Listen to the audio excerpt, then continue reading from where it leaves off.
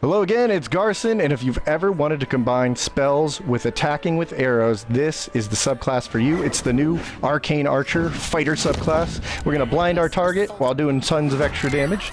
Now he's blind, he can't see us, he's going to be easier to hit, but what if we need to shoot, let's say, a dragon off in the distance? He's going to blow up, kill us all. Let's go ahead, send him to the Shadow Realm. Shadow Realm. You can, that's right, banish your targets for 2 turns while doing your normal attack damage with arrows. This is the Arcane Archer. So let's dive right in. This is a quick guide, not necessarily a breakdown. I'm going to be at a breakneck pace to help you get in with the subclass that you want to play and enjoy patch 8. This is the Arcane Archer Fighter. All right. So I want to cast spells with my arrows. A big thank you to you guys of the channel to help me compile these quick guides. We're going to dive right into it. If you want to support the channel, watch the whole video. And otherwise, let me help you first. All right. Arcane Archer. Here's the subject matter. I've made it very simple. Just follow along on the right-hand side, but skip around if you need to. I don't mind. I've made it really easy. Like I said, it's a quick guide. We're not here to optimize the fun out of it, but we're still going to be optimized that we can get to the point, do our at least one thing very well. And I have breakdowns, more talkative stuff and whatnot in other videos. I'll link it, as well as any kind of builds proper and multi-classing guides and whatnot. You can check that out. Again, links. What we're here to do is have fun immediately, so I will be really fast and straight to the point. I have played every new subclass in honor mode, so that's where I'm coming from. So this is my recommendation to you. Well, what is a spell bow? Well, really quickly, you're going to cast spell effects using your arrows. You must hit with your arrow, and then you must know how to land your spell effects. Okay, so how do we do that? Well, what it does is only use range attacks. There is no melee version of this. I wish, but it casts spells effects if you land the arrow, right? And how do we accomplish that? Very simply put, most importantly, dex and then intelligence in that order. Dexterity, while it does do a lot, what it's going to do is raise your attack accuracy. Attack rolls are accuracy rolls, so you can see right here, dexterity +5. And it's also going to go ahead and give you more damage, dexterity +5 bonus damage. So you really want to be able to land a regular arrow. If you can do that really well, you can land your special arrows. You see this attack roll, 23 advantage. It's the same as a regular attack, 23 advantage. So dexterity is a big part of doing that. My highest recommendation is go for dex first.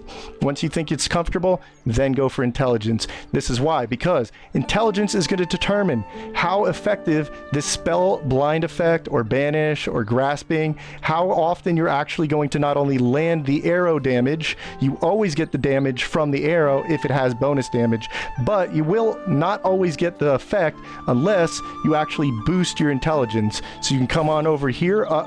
It doesn't tell me what it is. So if you actually click on this, it will tell you we always get a base of 8 and whatever our proficiency is. But let me tell you a secret that the game doesn't really give you. If you come on over here, check out your intelligence bonus. This is always applied to all of your spell effects the exact same way. So add that intelligence bonus to the base DC and the proficiency, and that's how you get the spell effect. And how are you going to use these arrows? You're going to hit the target based on what the saving throw is. Wisdom saving throw, I better look at the cheat sheet of my enemy and see if they have a really good bonus, because even if you have a high spell save DC, likely is you're using the wrong arrow. So maybe grasping arrow, strength saving throw, this is not the right target to hit them with this arrow. But a blinding arrow could blind them.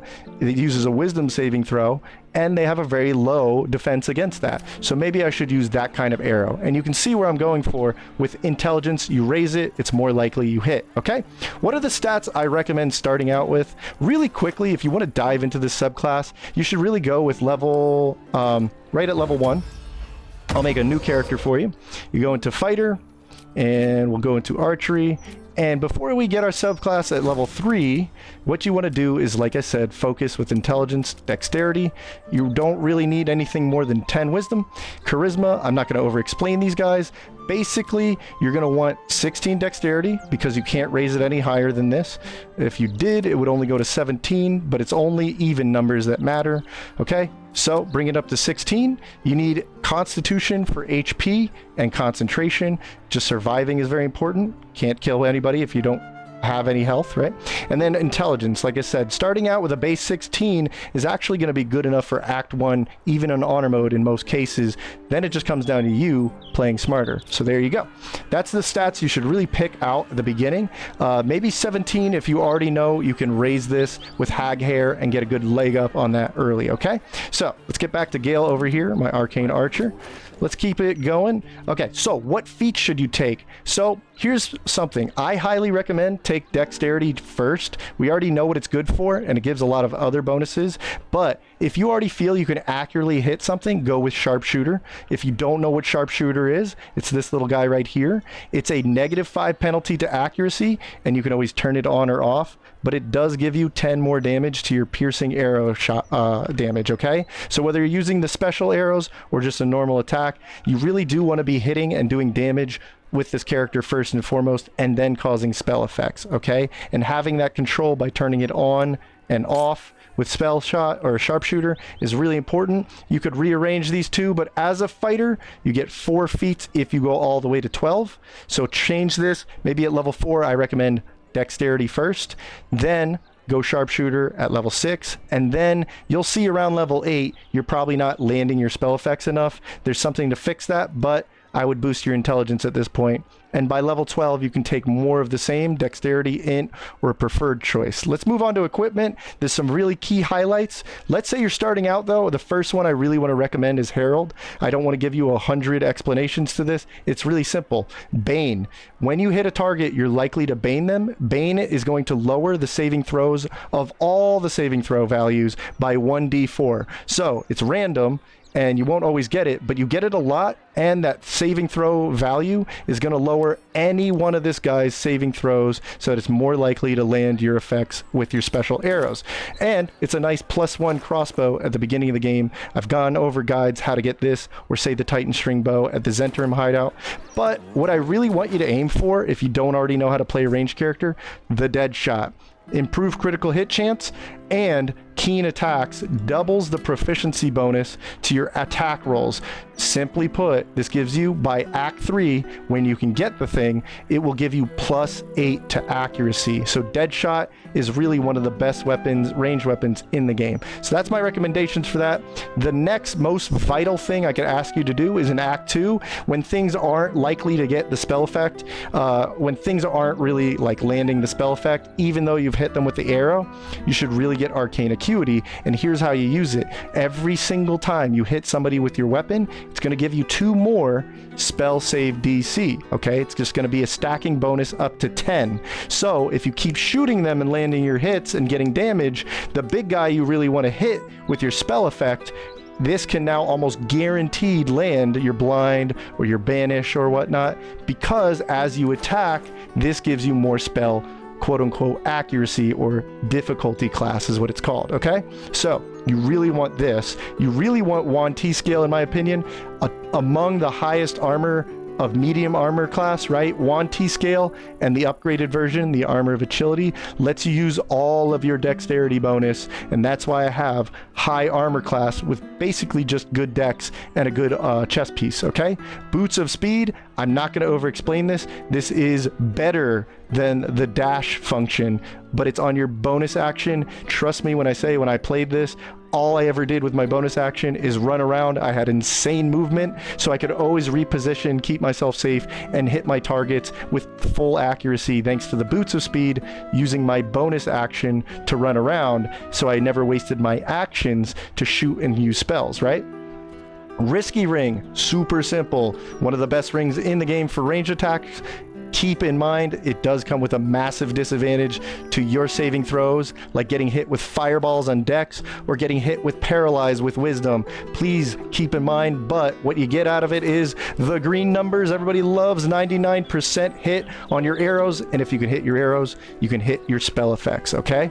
So Elixirs, I absolutely recommend Heroism for the most part because you do get an accuracy boost, but if you think your arrows are hitting already really well with that risky ring, maybe go the Battle Mage Elixir because it's going to give you a flat +3 bonus to landing your spell effects, okay? Really simple. So, how did I actually play this in honor mode of all things? Well, in Act 1, I was always trying to land my shots, more than anything, very important, but I would always land my shots, and therefore, I would pretty much always land my spell effects because enemies really just don't have good saving throws, and as long as I was going ahead and using the cheat sheet, I was pretty much always good to know what I had to use and why I should use it, right? If I had to maybe cause some blindness to help my team out, or if I needed to banish, say, the Spider Queen, I knew how to do that, right? So it's all about knowing what you should use in a scenario, right? But it wasn't that hard once I figured out what these arrows could do, what their use cases were. That's all I was paying attention to. I really didn't have to think about it in terms of stats and strategy too much. But in Act 2, you absolutely need to start paying attention to the correct arrow usage, what their saving throw was, and the way you mitigate this the most is Arcane Acuity. Have I hit you over the head with it? Trust me, you love building up spell save DC while attacking. Since you are the one subclass in the game, the most unique thing of pretty much shooting arrows while casting spells at the same time, you really want this piece of gear. Okay, I think I've beat that over the head, but in Act 2 I found I really needed this because I really wasn't landing my effects and I was basically spending my arrows just for a little bit of bonus damage. Didn't feel good. Okay, Act 3 almost always landed my effects because not only did I have Arcane Acuity, I could get the feat that raises my intelligence, and I could actually get debuff gear, and I could find gear like the Devout Amulet that just gives me a flat 2 bonus. I had those Battle Mage Elixirs that gives a +3 bonus, and so on and so forth. I was always landing my shots because I had Dex, and I was always landing my spell effects because I knew how to use them, and I had the bonuses to pop them off, okay? So, short rest ammo, just keep in mind, when you short rest, you get all of your shots back. They're super efficient because no matter what you choose, you get to choose all these effects right at the start, and they only ever use one arcane arrow, and they are not spent if you miss the arrow shot, okay? But they are spent if you land the hit. You get the bonus damage, if any, but if you don't get the effect, you don't get the effect, and the arrow's spent. So pay attention to those enemy immunities or saving throws. Saving throws is the big thing you want to pay attention to, but certain enemies and bosses do have immuneness to, say, banishment, or who cares if they don't move anymore, or the shadow arrow blind, right? Debuffs are also a big part of this. I won't harp on it, but just to make things clear, you can customize your Arcane Archer a lot if you know what you're doing, and I highly recommend debuffs like Mental Fatigue, or like I said, grab the Herald really early and debuff them with an initial normal shot, and then hit them with a special shot, right? Debuffs are super powerful, not just for you, but your team as well. Blind Arrow, why do I keep harping on these two arrows? Blind Arrow is amazing. It not only does your arrow, it does psychic damage, which can be doubled up with a resonant stone. Check that out. But Wisdom saving throw can be lowered pretty easily. On my character, I had mental fatigue. But most importantly, blind. It makes the targets less accurate at hitting you. They can't use ranged attacks on you. And you and your whole team are going to have advantage against them. So those green numbers, 99% accuracy, your whole team gets that benefit. So blind a big target like Merkel or Gortash. This is a huge deal.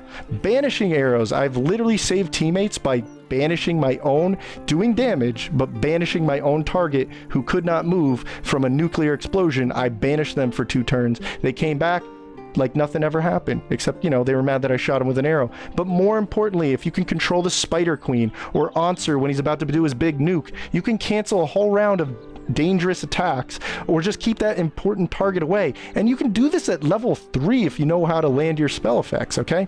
So there's also great stuff like Grasping Arrow, Piercing Arrow, Seeking Arrow, but I found that these 2 arrows are my favorite for the way I played. Arcane Acuity, like I said, I've hit it over the head with enough, but you really need Arcane Acuity by Act 2. And that's where you find it. Slayer arrows, so you are a ranged damage dealer. If you don't already know, look for humanoid slaying and all these other damage. This is literally a double damage arrow, but you're beholden to vendors if you want to cheese vendors and find a bunch of them. Mainly when I play, I don't find a lot of these, but I still stockpile them for fights I know that are coming up in the future, and I would really like the boost. Same thing with many targets. These are a little bit more plentiful. You can find these on vendors as well, but you're beholden to their ammo supply. But keep in mind, the big thing I want to point out here is one arrow of many targets could say hit 4 targets, do damage to each 4 of them, and then you're going to get arcane acuity for every target you hit. If I hit 4 targets, that's 8 spell save DC, making me a god at landing blind and banish, okay? So finally, for leveling and multi-class, we'll put these here together. I'm going to blitz through this. Look at the star for what I recommend, right? But at level 3, you take the subclass, you're going to have 3 choices of 7, so you could really customize what your little spell archer is going to be using and doing. You get 4 ammo per short rest. Use them while you got them. Short rest, go into the next battle. Level 4 is actually a decent multi-classing breakpoint, but you get 1 feat, you get everything above. You're a fighter, you have action surge, and you have fighting styles. Pretty good, but I would go the extra distance to level 5. I highly recommend if you're going to multi-class this, either before or after, whatever you're doing, you have 7 more levels of anything else, but at least now you have 2 attacks per turn, thanks to extra attack, wherever it is in here, right? So extra attack, blah, blah, blah. Okay, so 2 attacks per turn, plus everything above, 4 shots per short rest, pretty good. If you go a little bit further, you will get 2 feats as a fighter. You get another feat at level 6. Okay, so you can take sharpshooter right here. Level 7, though, I highly recommend because they did bump up the arrow amount from even when I played it. At level 7, you get 7 arrows per short rest, so that's 7 blinding arrows, 7 banishing arrows. That's a lot of spells, man. So 7 ammo per short rest, and you even get a 4th choice. So 1, 2, 3, and 4 spells to choose from, so to speak, okay? Level 8 could be pretty good too. You do get 3 feats as a fighter at level 8, plus everything I mentioned above, and you'll still have 4 levels, which is pretty good for multi-classing, like, say, the new swashbuckler, right? So level 11 is really good too, but you really only have 1 level left. You get to choose what level 12 would be in a multi-class, but even if you just stayed in fighter, you now have 3 attacks per action as a fighter. In honor mode, that only means once per turn do we get 3 attacks, but hey, action surge gives you another 3 attacks too. So all I'm saying is you have 10 ammo at this point, thanks to the subclass. You have 5 whole choices of spell arrows, and by level 12 you'll have 4 feats, but you're a pure fighter, and I really recommend that as the way to go. Finally, any kind of tech and info, oh boy, this is the most important one. You can play this subclass 2 ways, and this is not as an insult. The dumb way, just focus on dexterity. Just use the arcane shots as bonus damage. You actually get more shots as a swords bard, or you get more shots than a swords bard or a battle master or anything, right? And you do some sizable damage, especially the psychic arrows, which can be doubled up, by the way, with the resonance stone, okay? So you just use the arrows as more damage and just focus on landing the shot and doing a lot of damage. Otherwise, I feel the most fun way is being a spell bow. Focus on dex and intelligence. Find spell save bonuses. Use that arcane acuity helmet I told you about. Debuff your targets and control the battlefield, okay? Multi-classing does not change spell modifier. I'm not talking a lot about specific multi-class because I've seen that in other videos, or I've made my own videos. You can go ahead and find specific builds on my channel as I've talked about this stuff, but I do want to mention, no matter what anyone tells you out there, I have videos answering this. It's always intelligence. All of these arrows, no matter the multi-class, is intelligence bonus, okay? So piercing, seeking, and bursting do not get bonuses like the sharpshooter plus 10 damage. They're just funny guys. I've tested this many times. You don't get plus 10 force damage. Yeah, hell, you don't even get the piercing damage to everybody in the field. It's just the area, right? So this force damage only affects the area. This is still just your single target damage, okay?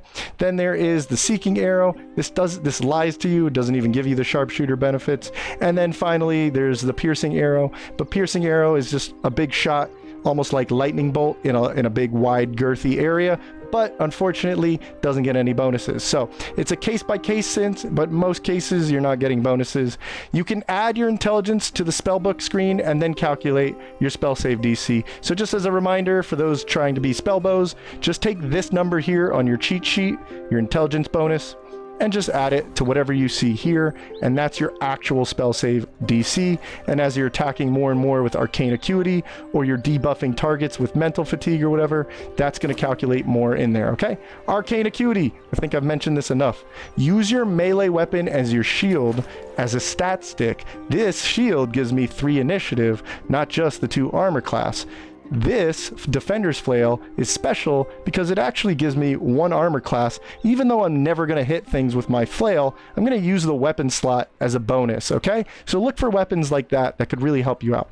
Personally, lastly, I really think you should play a pure level 12 full fighter Arcane Archer. They're customizable. Apparently I can't spell, and that's okay. But 4 feats. 4 feats really helps the customization. Equipment is really what this subclass does well. It's really more equipment based than anything. You really enhance what you can do with this with good equipment, and that's where you can make a character like a poison archer or a psychic archer, a magical archer, or just some guy who's just shooting magical arrows, right? And then 3 attacks per turn by 11, even in honor mode, which is a big freaking deal, okay? You have tons of ammo at level 11, 12. You have 10 arrows per short rest. They all cost 1 arrow. So that's 10 magical shots per short rest. And you could just focus on 1 or maybe 2 dex and int instead of making some fancy character, okay? So I really highly recommend just playing pure fighter. I had fun with it. I played all the subclasses. So how do I know this? How do you play and level these specifically? Go check out my older videos if you want a more proper, distinct breakdown, or even builds. I have cool builds for a lot of these new subclasses, but you can always check out the new playlist. It's new subclasses only. There's run 1, there's run 2, and there's run 3, or just join the live stream. I'm streaming a little bit later today, so you can always ask comments and questions, because you guys are my sponsors. You guys are the reasons I make these videos. You guys are the reasons I didn't fluff this up and just went right into it. So hopefully you can go play patch 8 and have fun right away. So thank you for watching. The best support, if you're still here, is hopefully you watch the whole video or just play it in the background and mute it. Watching the whole video, regardless of all these other channels, that's the best way to support your favorite channels, and I really appreciate you being here.